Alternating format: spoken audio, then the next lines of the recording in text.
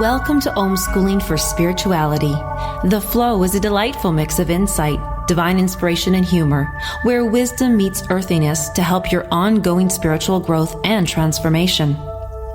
Follow the flow of enlightenment and explore everything spiritual through the deepest self-inquiry, as student Lisa Berry asks Master Spiritual Teacher G.P. Walsh the kinds of questions you would ask an elder, a wise man, or a sage, and receive direct, simple, comprehensive, and deeply human lessons and teachings. From transcending the experience of separation, releasing old conditioned patterns and wounds, and alleviating suffering, to demystifying esoteric practices and revealing one's true purpose and innate freedom. Welcome to the Flow of Enlightenment. Transformation is all there is.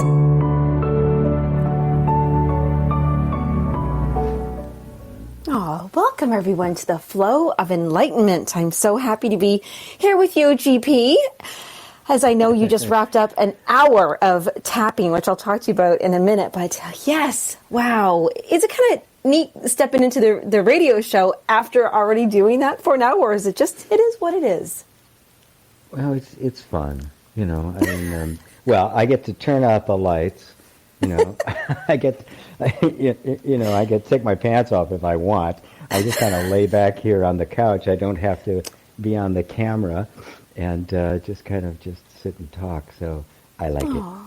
Oh, that's actually neat that you said that. Yes, because you've done you're on camera, and then if everybody, just so I'm going to invite you right now, if you're listening, so you're OMTimes radio fan, you've been listening to us here for I think 15 or 16 episodes. GP has been doing 10 days of tapping, and so we still have 3 left. So please tune in. What you want to do is make sure you're part of the private Facebook group. So go on to GP Walsh. Actually, you know what? Go to the website and message us, but otherwise find us on Facebook. It's GP Walsh Spiritual Teacher. We're going to let you into that group, and then it's every day at 12 p.m. Eastern Time for an hour. This way you can interact. And I love what you said, GP. There's the anonymity of the chat. So if you want to call in, but you're like, oh, I don't know if I want to call in, you can always join us there. But if you do want to call in, then please do so all the way through the next hour. And the number, I'm going to give it to you guys right now, is 202-570-7057. You can always look that up as well, but it is to the OMTimes radio station. And GP, today we're doing a rated R for reality show. Our own reality show. How about it? I always wanted to be a reality star. We sure are, each one of us, right? Yeah, then I'll run for president. Yes. The possibilities are endless. Endless, yeah. I'm laughing that we did our last episode on awakening, and then I was like, oh my gosh, we jumped into awakening and now we're doing reality, but I think reality is sometimes even harder to comprehend than the awakening. So it would seem that way, yeah. Yeah. Well, allow me to dive in then, because what I'm feeling, because I just got to spend that hour with you tapping away there, and I love that because you really do answer so many questions. People have just like the most.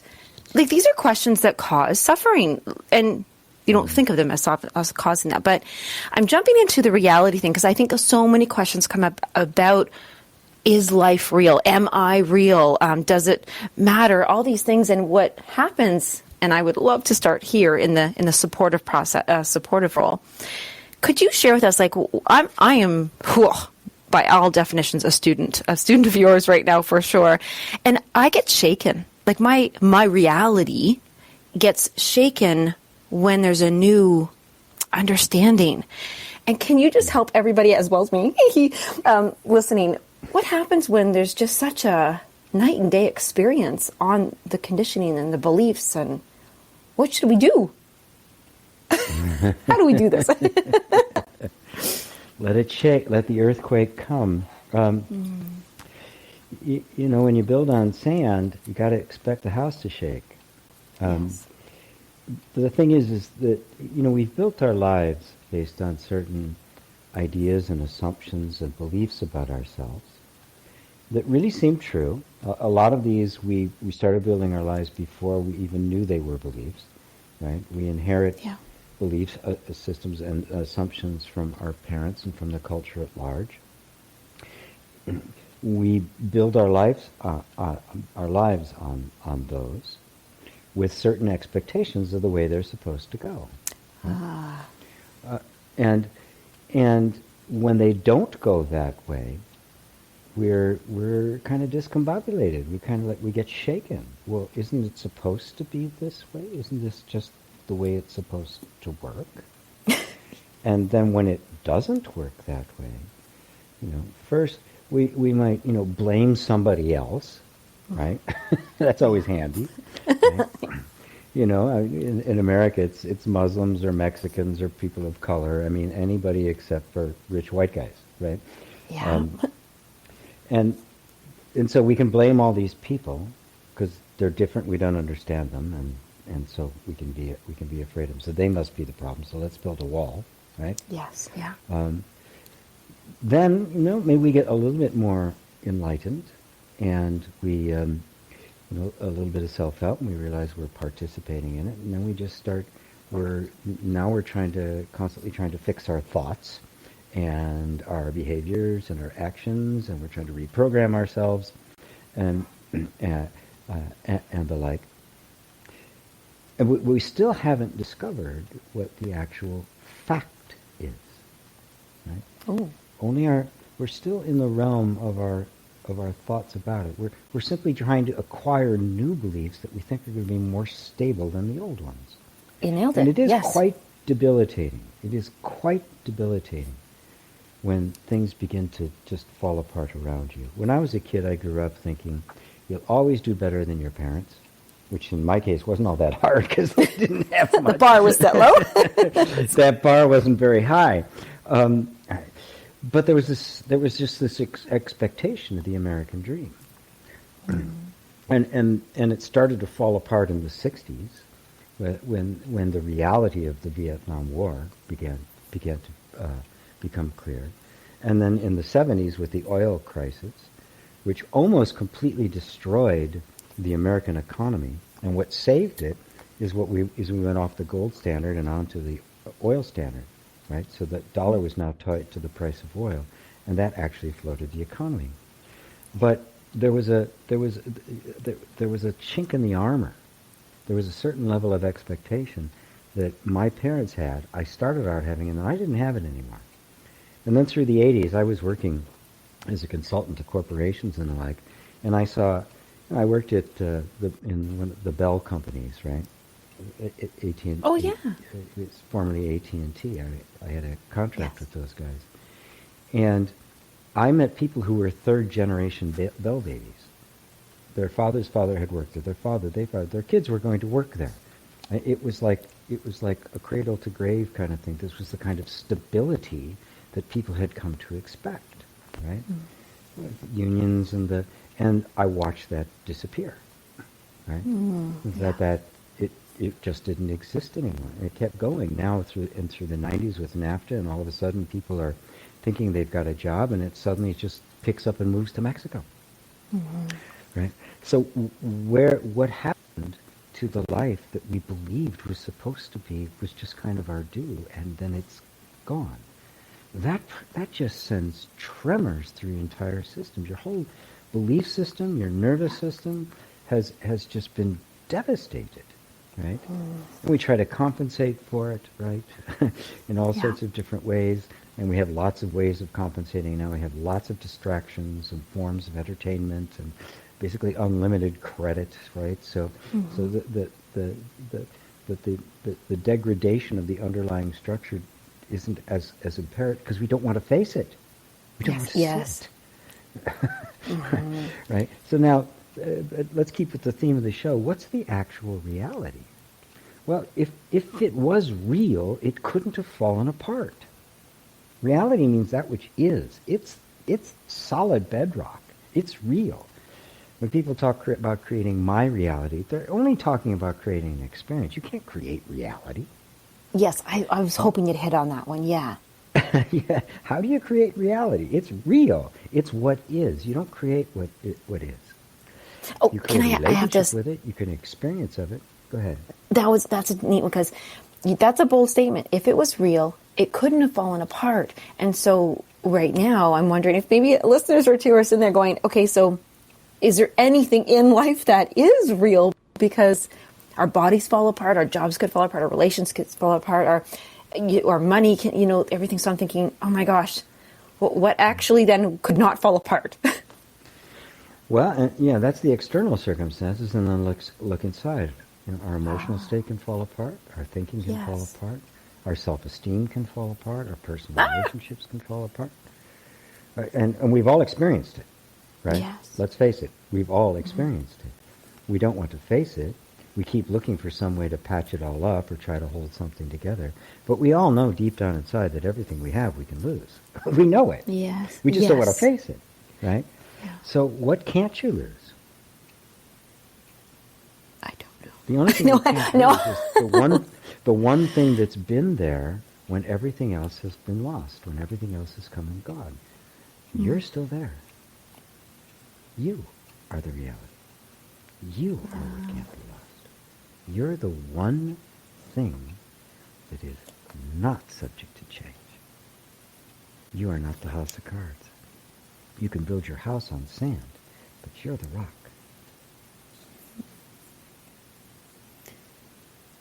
When you say that, it brings me right back to the very, very first question that I learned from you to ask, who am I? And then the direction or instructions were to self-inquire. Because when somebody says, you're there, you are the reality, and if one hasn't explored or gone in and asked and done that work and just kind of poked around, hey, who am I? Then they would feel, I can see, now, oh, yuck, I'm going to have an on-air confession now. So because perhaps that is what, because I've not, when one hasn't maybe done that, then they do feel the shake more? Of course. Aha. Because until you've done that, I am my conditions, I am my relationships, I am my job, I am my car. For a lot of people, especially men, I am my job. Yes. It's a fascinating fact that most men die within 2 years of retirement. Yes. Unless they find something meaningful to do. Yes. If they just head out for the gated community in their golf cart, they'll be dead. Yeah. Because they're so identified with what they do. It's very natural for men. For women, it's their relationships. If she's even got a cat, she'll stay alive. But if she doesn't have relationships, she'll die. That's right. Those cats are lifesavers. Those cats are absolutely essential, as you well know. Yes. Well, I love that you brought up about your my mother. My mother was a Bell baby, actually. She worked as a Bell telephone operator, and this is a part of it. And up in here, it sounds like I'm up in here in Canada, GM, it was like my hometown was kind of that GM thing, and then it disappeared, and so many people felt lost. There's such an identity, and even to us, the city's identity. It expanded. So now you got a community. So can we go on that one? The reality of not just self, but community and a physical land space suddenly has, like, I will go to the vortex in Arizona to experience this. Do we need to? Right. Is that a reality? Is a vortex a reality? I don't know. Well, not by my definition, right?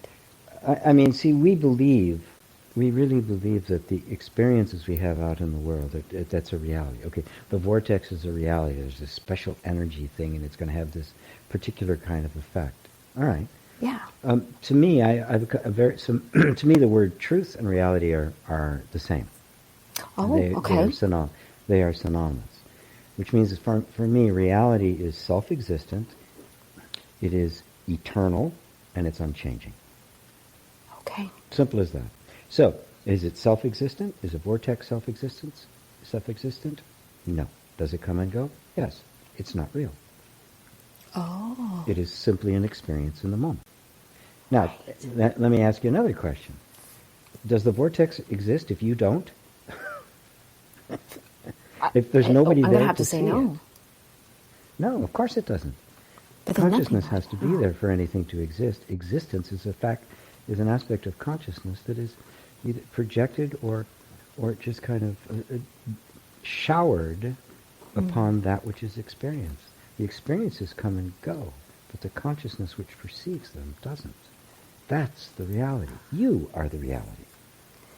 It's but not the literally you it. you think you are, right? The you think you are identifies with the community, with your work, with your relationships, which is all well and good. Those things, nothing wrong with them. They're all beautiful, right? But they're not you. They come and go. Right. And just look at your whole life. Everything in your life has come and gone. The things that meant so much to you 10 years ago, you barely remember them. Mm-hmm. Right? That thing you wanted so badly, you sold it on eBay. As I do this right now. That's so funny. But that is absolutely true. Yes. And just because I know, and because I know we have 1 minute before commercial, I want to say this. Anybody who's listening, this is important. It's not the you who you think you are. And that's the big one I want to return to. And even so, sometimes it can be the reverse. GP, I noticed that I look at my life now that I love this, but then I really, as I've been self-inquiring, I'm like, wow, I didn't love this the way I thought I truly did love it when I was little. Like, it's just a thing, but now there's a new under. Let's explore that when we come back. But now. It's completely different. It's got nostalgia, and it's completely different now. And you can still love it. But it's a different thing. It's a different thing, but you can still love it. Okay, that is also something we are so touching on. I love that. So everybody, come on back to the Flow of Enlightenment with GP Walsh and myself, Lisa Berry.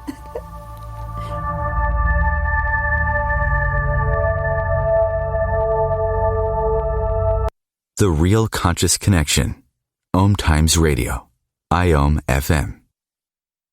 OMTimes Magazine is one of the leading online content providers of positivity, wellness, and personal empowerment. A philanthropic organization, their net proceeds are funneled to support worldwide charity initiatives via Humanity Healing International. Through their commitment to creating community and providing conscious content, they aspire to uplift humanity on a global scale. OMTimes, co-creating a more conscious lifestyle. My name is Victor Furman. Some call me the Voice. I've always been fascinated with human nature, spirituality, science, and the crossroads at which they meet. Join me Wednesdays at 8 p.m. Eastern on OMTimes Radio, and we'll explore these topics and so much more on Destination Unlimited.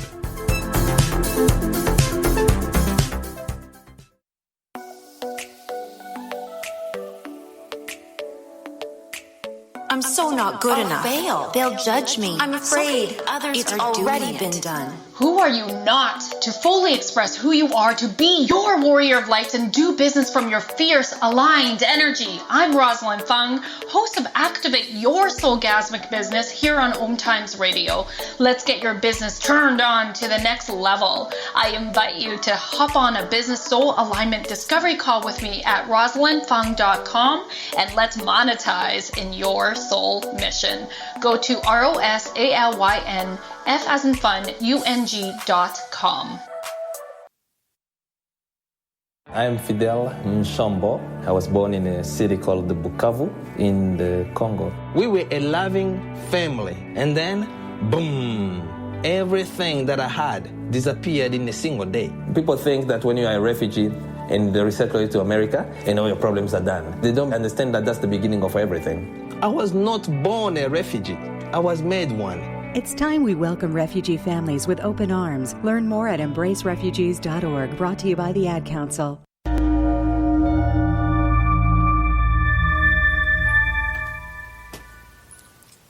Welcome back, you guys. We're stepping into the flow. GP, I just had to laugh there. I kind of get away with playing with a cat on the commercial because if you could hear it, sounds like I'm just ringing a nice singing bowl or something. Aw. As you know, I love how we're doing this. I'm going to invite everybody just to call in if you've got a question. Maybe you've been a part of the tapping group, the 10 Days of Tapping over on the Facebook group, which we're inviting you to, or you would like to be a part of. But also right now you can call in at 202-570 7057. And this is a great space to ask all the kind of questions that I ask that are, I'm suddenly just realizing them, or I'm scared, or I'm uncomfortable, or I'm happy, and I, feel these things. So lots comes up. And that question, actually, I wrote it down. It's a statement rather. This is all about reality, guys. This is, rated R for reality, because this reality that we are living, to me, seems so sometimes messy or scary or deep or graphic, but it's also what we come to rely on. And there's another word, relying on reality. And are we able to, and here's are we able to can we sustain our image of ourselves in this reality when we finally understand that reality doesn't exist the way it does? Well, no. You realize that you don't need an image of yourself. That there's nothing to sustain. I mean, why sustain an illusion, right? Yes. You don't need it. The image comes, especially a and goes. painful It's one. It's not who you are. Yeah. And whether that you think you are is highly functional and successful, or whether you think you're the scum of the earth, neither one is any more true than the other. They're not true. They're not who you are. They're just an image in the mind. And you could tell it's an image in the mind because it's not consistent. Right. It Yes. comes and goes, which means it can't be real. If it's real, it doesn't come and go. It's just there, right? Yes. I like those three that you offered up to us. If everybody wants to take notes like I do, that we have there's this checkpoint to see if this is real or not. Is it self-existent? Is it unchanging?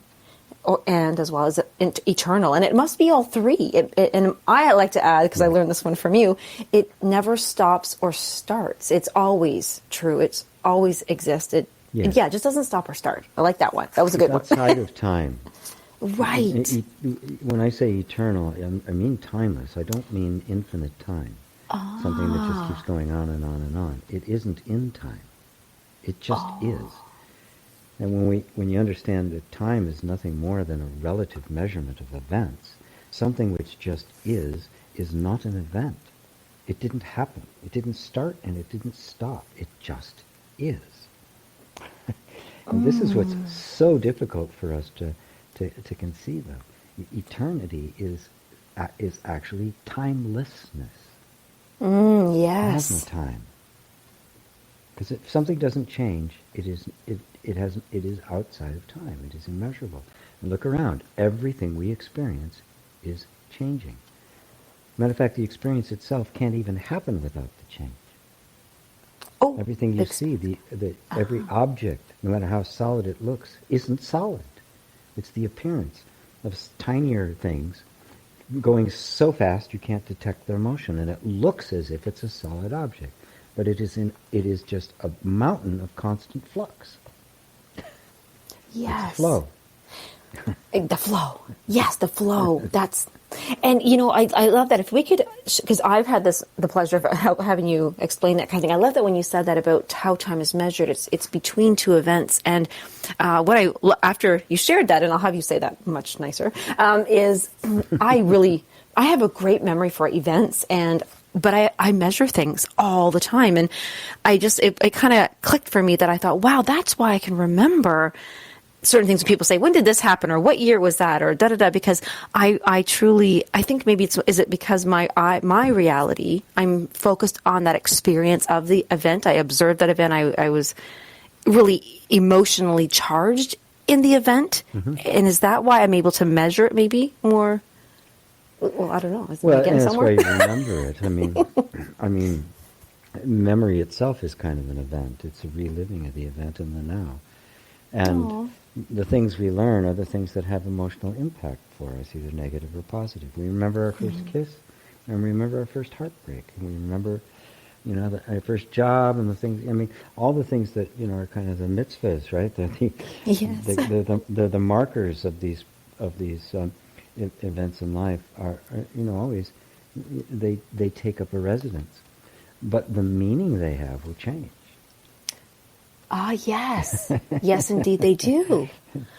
Absolutely. And that's how we make our Absolutely. life. The meanings change. And that's how we create our life in the moment and think that it's real. Oh my goodness.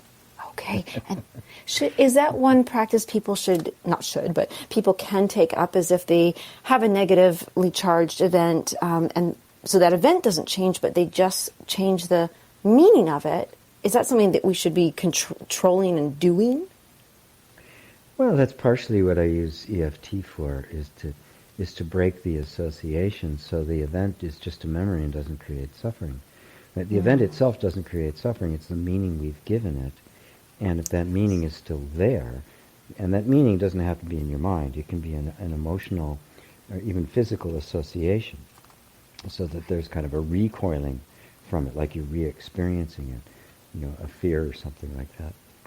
But but that is an arbitrary thing. It isn't absolute, and the meaning of it isn't absolute. And so that the meaning of it can shift, so that it isn't a horrible event anymore, it was just an event that passed through, like all events do. But there's an association that takes place that gives it kind of a continuity that doesn't really have.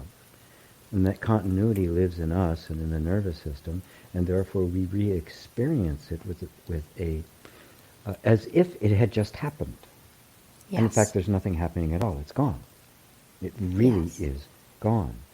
And so it's part of the process of disconnecting the reactive pattern to the event, to the memory of the event. So, and without that there's no charge. And now you're free of the past.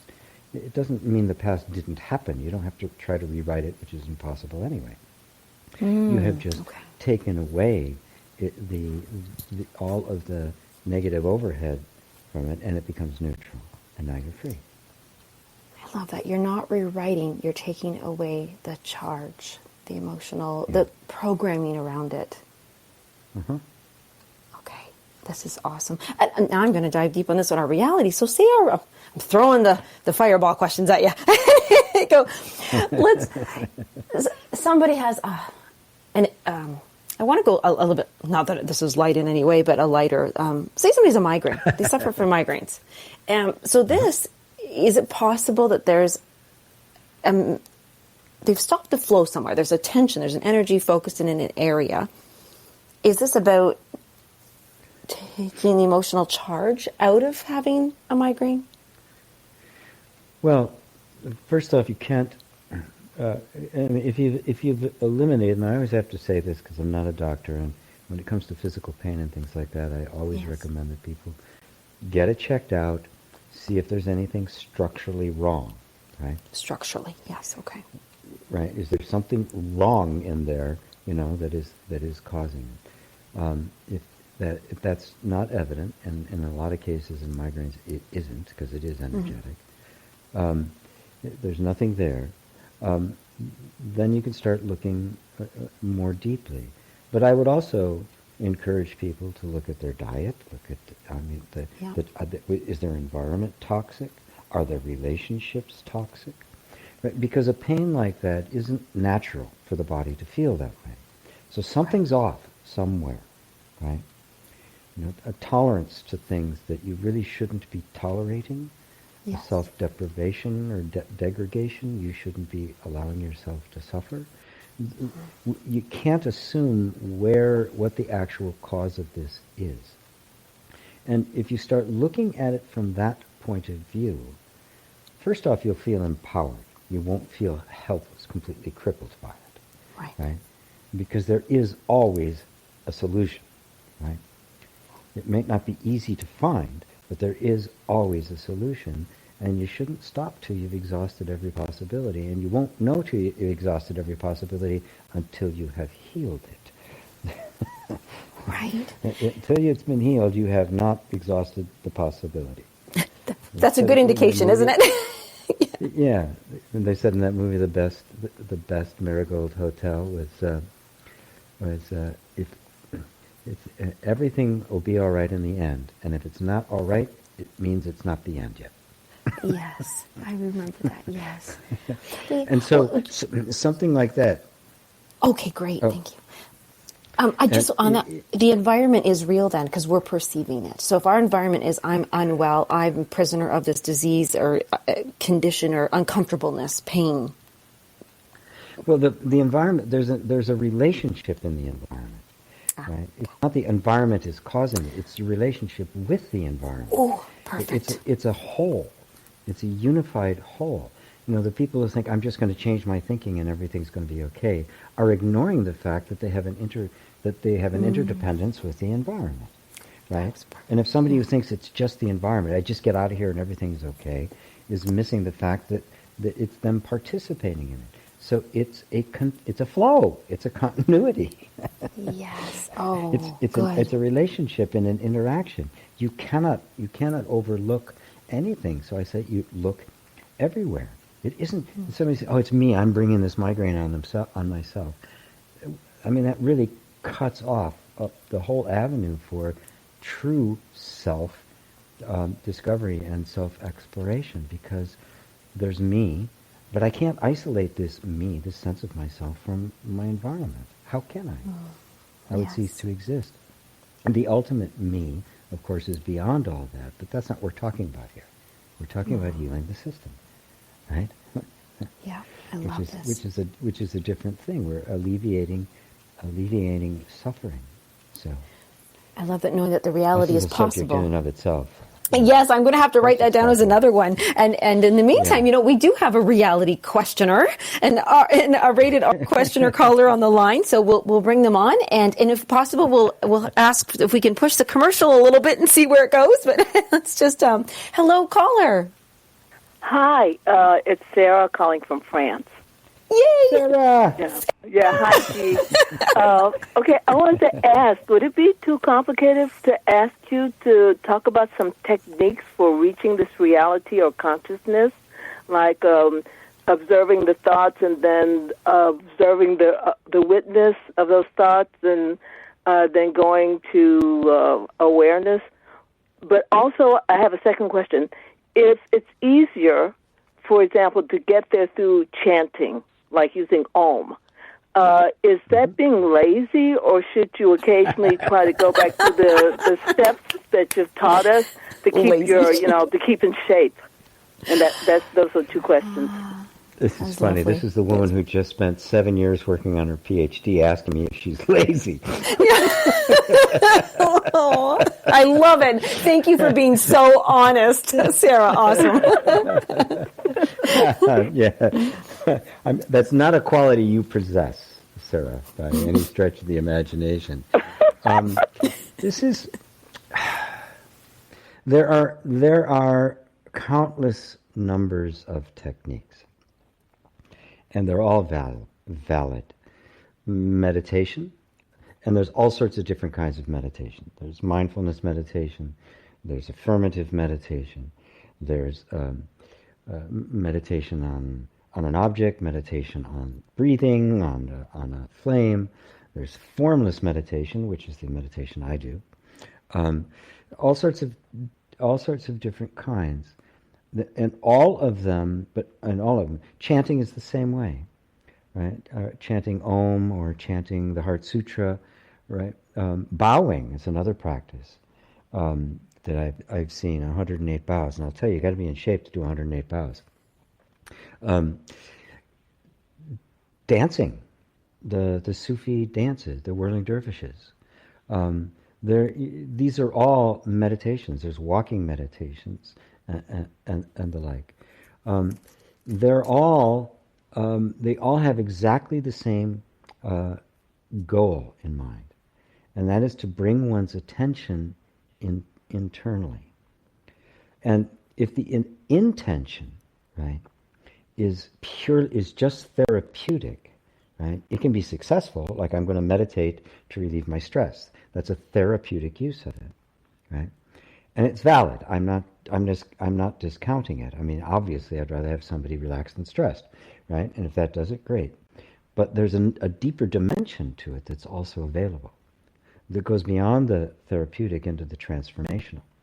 And if you're in the transformational, you don't need the therapeutic anymore because you're transforming the thing that caused the problem in the first place. So you don't have to worry about the symptoms anymore because you're to the root of it. All of these are paths up the mountain, right?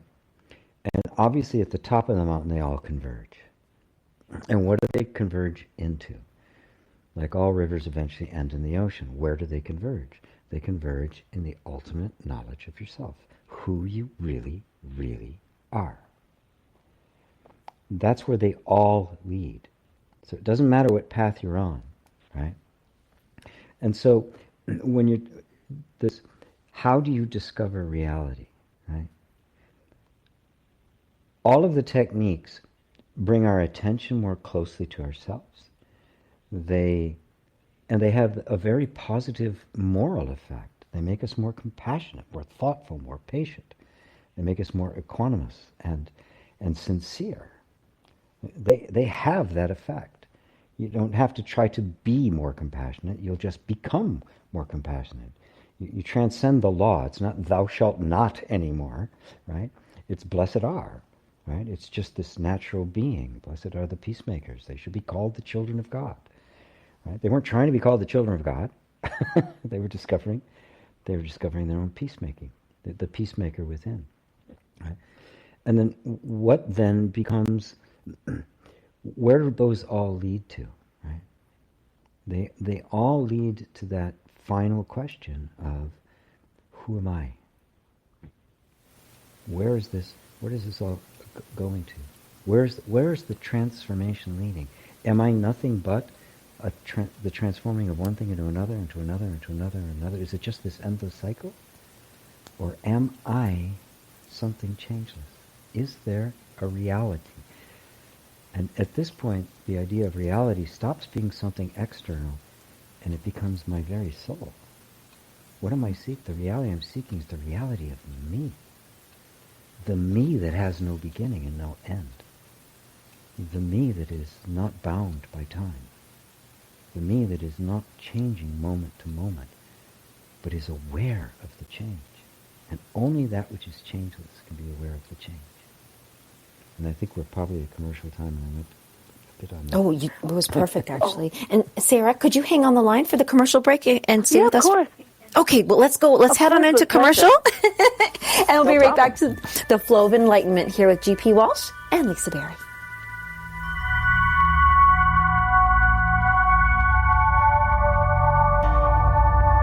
Conscious media for conscious minds.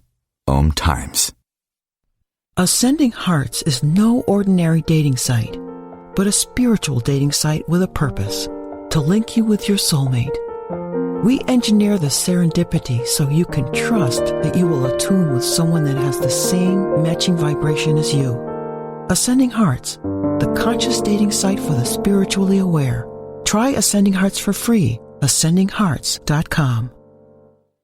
Hello, I'm Sandy Sedgbeer, host of OMTimes magazine's flagship radio show, What is Going On? My passion is sifting through information, research, and innovations from new thought teachers, speakers, and researchers pushing back the boundaries of what we know about life, energy, metaphysics, and the universe. I love shifting perceptions about who we are, why we're here, and how quickly impossible becomes normal when we open our minds, expand our awareness, and accept that the only limits that exist are those we place upon ourselves. So if you're the kind of forward-thinking, eager investigator of what lies beyond the current reality that most perceive, why not make a date to come play with me in the field of possibilities at 4 p.m. Pacific Time, 7 p.m. Eastern Time every Thursday, and together we can discover what's really going on. These are the sounds of a dinner that almost didn't happen. A dinner now served, thanks to people like you. Due to COVID-19, 17 million more Americans may face hunger. Feeding America is helping our neighbors in need. And if you're able, you can too. Donations are being accepted at feedingamerica.org/coronavirus. Brought to you by the Ad Council and Feeding America, 200 food banks strong.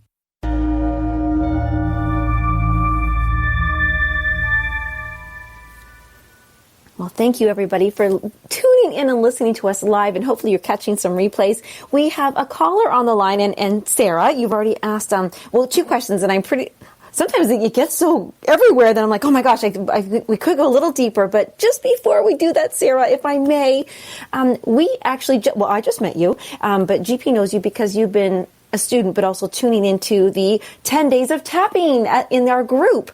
And if I may, can I just squeeze in a little question on how you're enjoying that and what is just your overall feel of these 10 days so we can invite some other people to catch the last 3 days? Oh, it's wonderful. I've been with you since 2017, and what he does is he tries to bring you back home to yourself.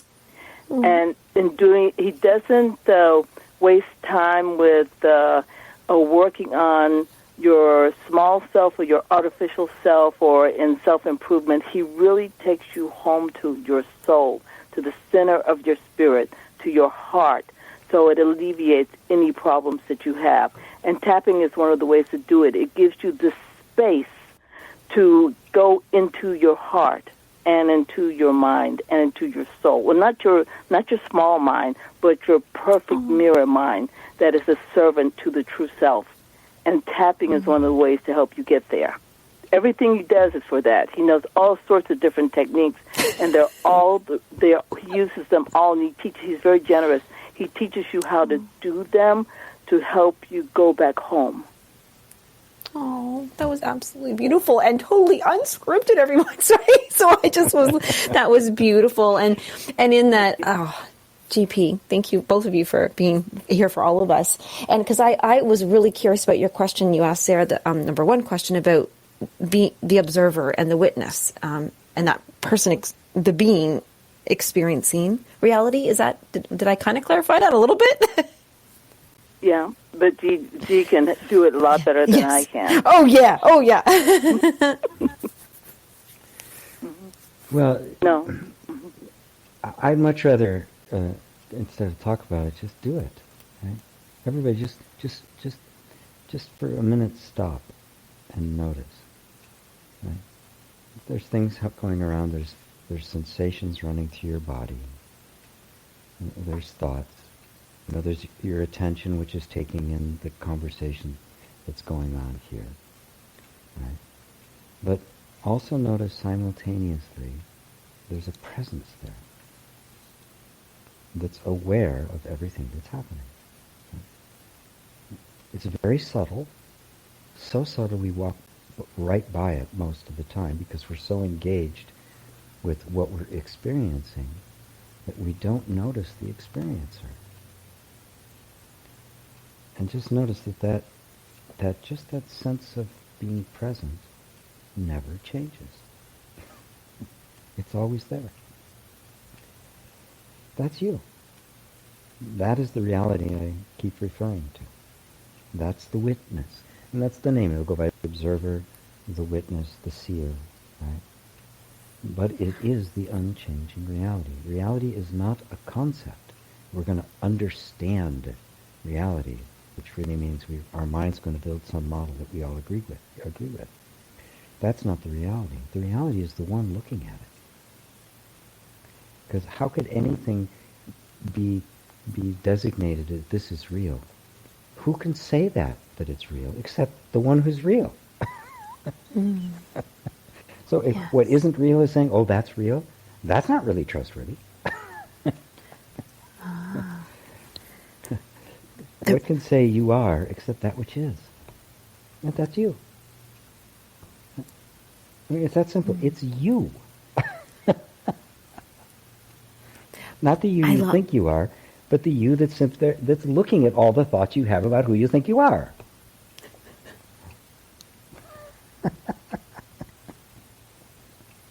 So the reality, I love that. The reality is the one who is looking at it.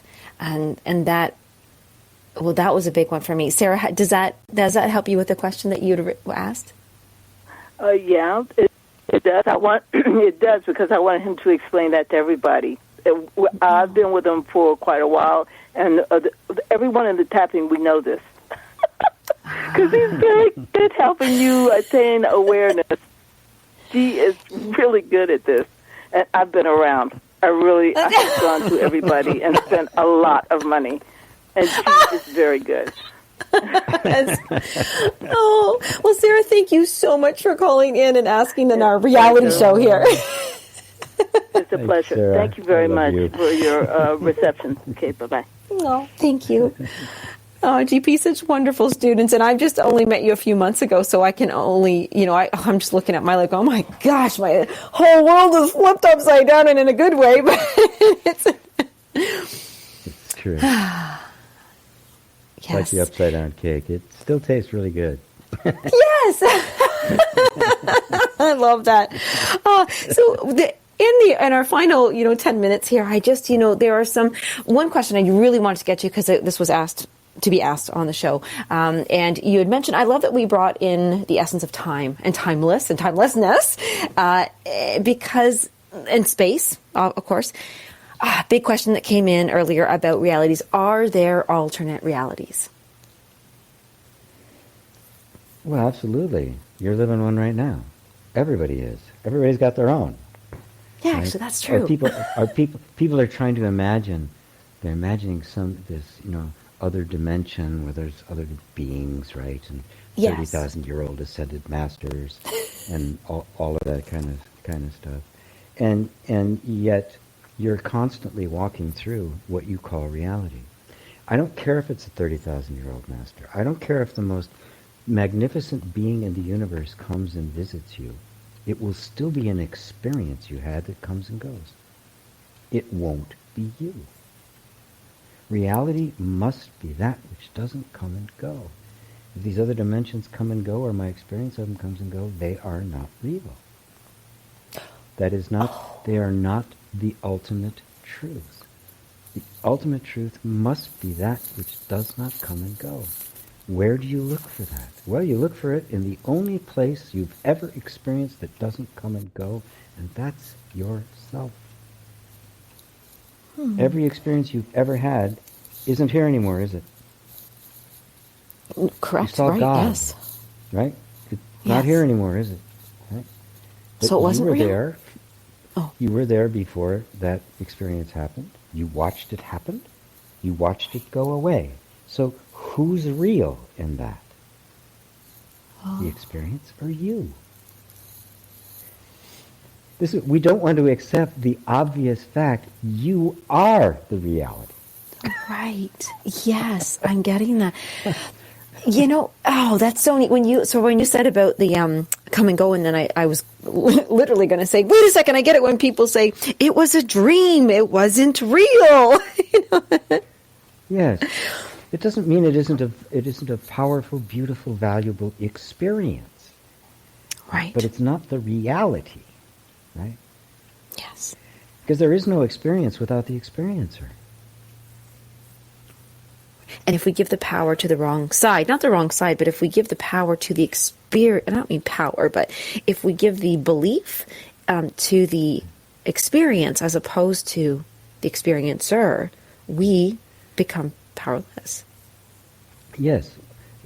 Yes, and it's subtle, but it's extremely important because we give our happiness to the experience. And when we give our happiness to the experience, our happiness comes and goes. Oh my gosh. But our happiness isn't in the experience. That's the reality that is you, that you have projected on the experience. And it's that projection that has made the experience so important that you want to hold on to it. Yes. The experience without that is just an experience. Beautiful, wonderful, uplifting, sometimes not so much, so difficult, trying. Right? They all come and go.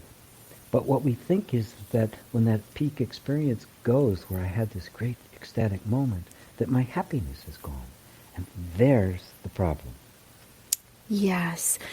Oh, GP, you have to say this. You just reminded me. When I was, I used to love Bruce Springsteen. Well, still do. And but I remember Glory Days, and I would hear that, and I think I like the song, I like the beat, and I hear what he's saying. But for some reason, this happiness of Glory Days is making me so freaking sad because he's he's now sad. He's given up. And you just totally, we said that we give our happiness to the experience.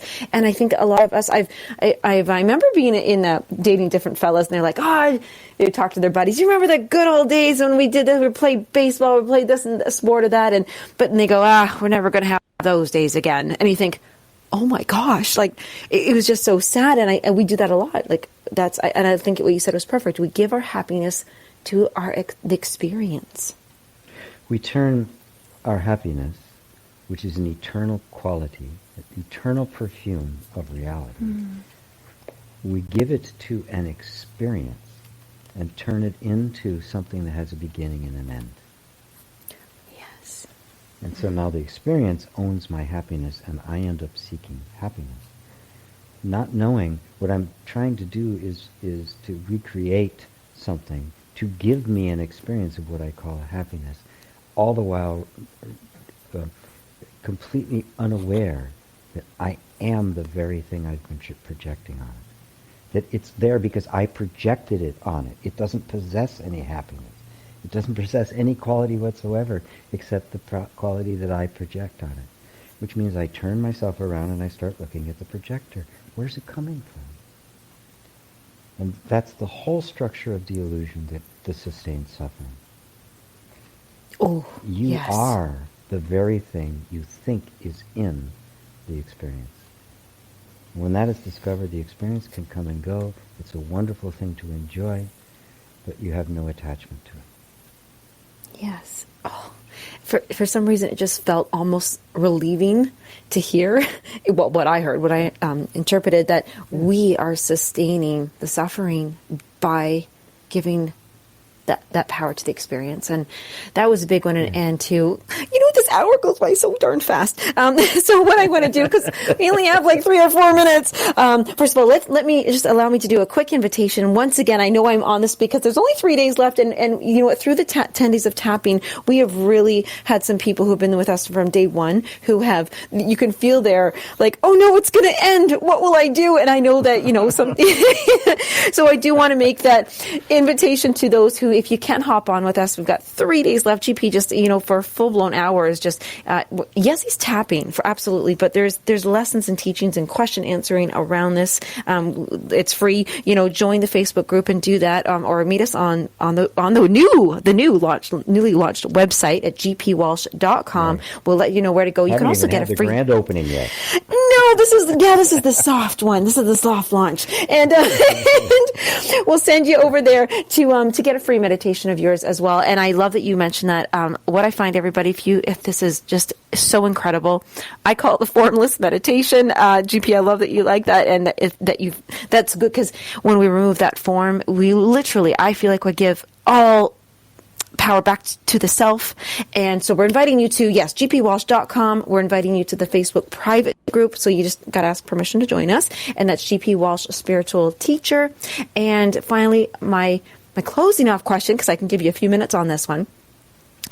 When it comes to reality, that perception of reality, if somebody is currently in the middle of, they don't know anything about self-inquiry, non-duality, meditation, they're running around and they stumbled across this episode and they said, I don't like my reality and I'm going to change it, and they don't know where to start. Where and how could they start right now?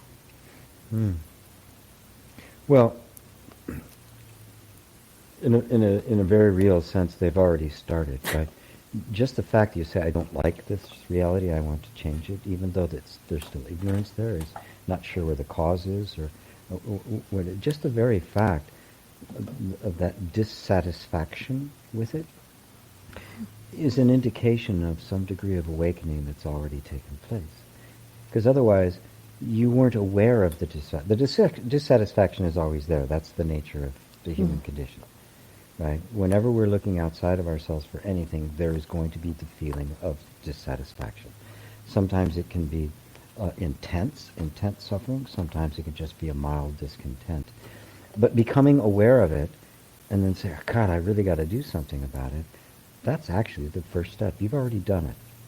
Now, what's going to happen is that you're going to be without even trying. You've already given the command to your nervous system to start looking for a solution. and it will. Right? Now, it will find solutions usually that are within the context it already knows. Right?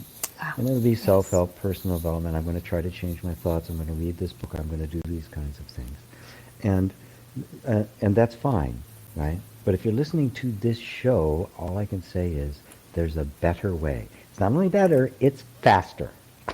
Yay! Better, faster, cheaper. It has no, yes, bigger, faster, cheaper. You get all three. It has no detours. It is the absolute direct path. It is the quickest way home.